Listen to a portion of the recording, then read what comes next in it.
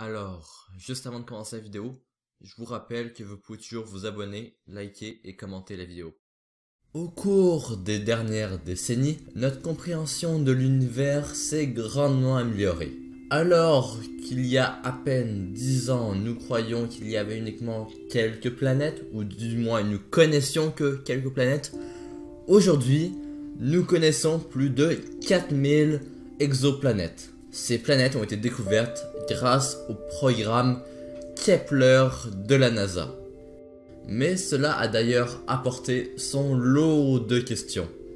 D'ailleurs, est-ce qu'il y a d'autres planètes habitables dans l'univers? Car oui, lorsqu'on s'intéresse à notre système solaire, on voit que notre planète, la Terre, est spéciale. Elle n'est pas comme les autres planètes du système solaire tout simplement, car elle réunit toutes les conditions nécessaires à la vie.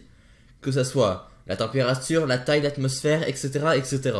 Mais le programme Kepler a relevé une planète qui sort du lot et qui pourrait possiblement être habitable. Son nom, Kepler 452b. D'ailleurs, les scientifiques l'appellent Terre 2.0. Pourquoi ? Parce qu'elle réunit un grand nombre de conditions nécessaires à la vie. Mais quelles sont ces conditions? Alors, juste avant de rentrer dans le vif du sujet, je voulais vous rappeler que vous pouvez toujours vous abonner. Pourquoi je vous le rappelle? Parce que j'ai remarqué qu'il y a beaucoup de gens qui regardent les vidéos sans être abonnés. Eh bien, la première condition, c'est la taille de la planète. Notre planète, la Terre, fait parfaitement la bonne taille. Pourquoi? Eh bien, si la Terre était plus grosse, on accumulerait beaucoup trop d'hélium et d'hydrogène dans l'atmosphère. Au contraire, si elle était trop petite, eh bien, l'atmosphère ne pourrait pas être retenue autour de la Terre. Ça veut donc dire que la Terre fait exactement la bonne taille et la bonne masse. Deuxième critère, la planète doit se trouver dans la zone habitable de son étoile. La zone habitable, c'est quoi? C'est la distance à laquelle la planète pourra conserver de l'eau liquide.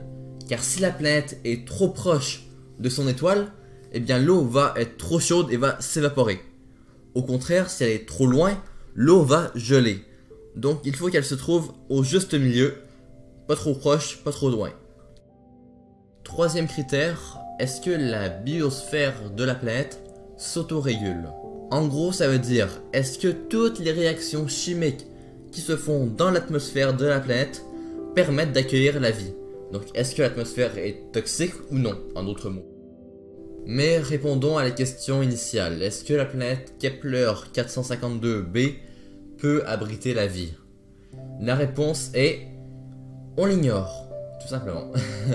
En fait, elle regroupe la majorité des critères nécessaires pour abriter la vie, mais ça reste très compliqué de déterminer s'il y a une quelconque forme de vie sur cette planète, pour la simple et bonne raison que les planètes sont toutes très loin les unes des autres, et donc c'est compliqué d'aller vérifier.